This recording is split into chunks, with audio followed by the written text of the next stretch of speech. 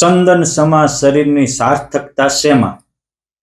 ભલા મુક્તો, આજની આપણી આ વાર્તાનું નામ છે આપણા મનુષ્ય જન્મનું ચંદન જેવું છે એની સાર્થકતા શેમાં?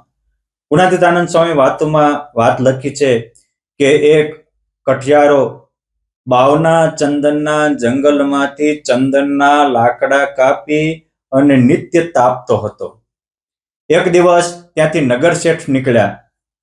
નગર શેઠે વિચાર્યું કે આ રોજે આટલી બધી અહીં સુગંધી શાની આવે છે. ગયા તો એક કઠિયારો ચંદનના લાકડા હળગાવીને તાપતો હતો.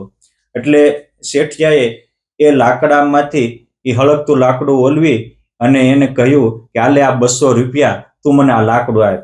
એ લાકડાના કટકાને 200 રૂપિયા દઈને શેઠે ખરીદી અને પછી એનું ઘસી અને ભગવાનને ચડાવ્યું. તો અંતકાળે પુરુષોત્તમ નારાયણને તેડવા આવ્યા અને પરમધામની પ્રાપ્તિ થઈ. આ વાર્તા કરીને ગુણાતીતાનંદ સ્વામી સમજાવતા કે બાવના ચંદન જેવો આ પવિત્ર ભવ્ય ભારત દેશ છે અને એમાં ચંદનના લાકડા જેવું આપણી આ બોડી છે અને એમાં કઠિયારા જેવો આપણો આત્મા છે. આ કઠિયારા જેવા આત્માએ ખબર વિના અનંત જન્મ સંસાર માટે, શ્રી ધન પદાર્થ માટે, કનક કામિની ને કીર્તિ માટે વ્યર્થ ગુમાવ્યા છે.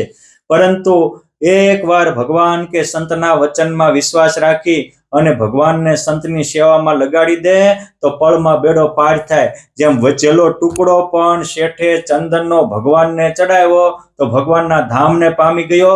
એ જ રીતે આપણામાં જે આયુષ હોય, જે શેષ શ્વાસ બચ્યા હોય એ ભગવાન માટે, સત્સંગ માટે, પરમાર્થ માટે વાપરશો તો પામી જશું. ગીતાજીમાં ભગવાન કહે છે કે તે પ્રાપ્નુવંતિ બ્રહ્મ નિર્માણમ, એ જના પર હિતે રતઃ, જે બીજાના હિતમાં રત રહે છે એ પરમ પદને પામીને પરમ સુખીઓ થાય છે. માટે આપણે સ્વાર્થી છીએ કે પરમાર્થી?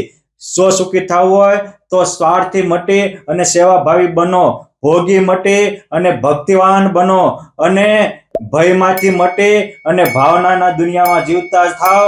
પળમાં બેડો પાર થઈ જશે. જય સ્વામિનારાયણ.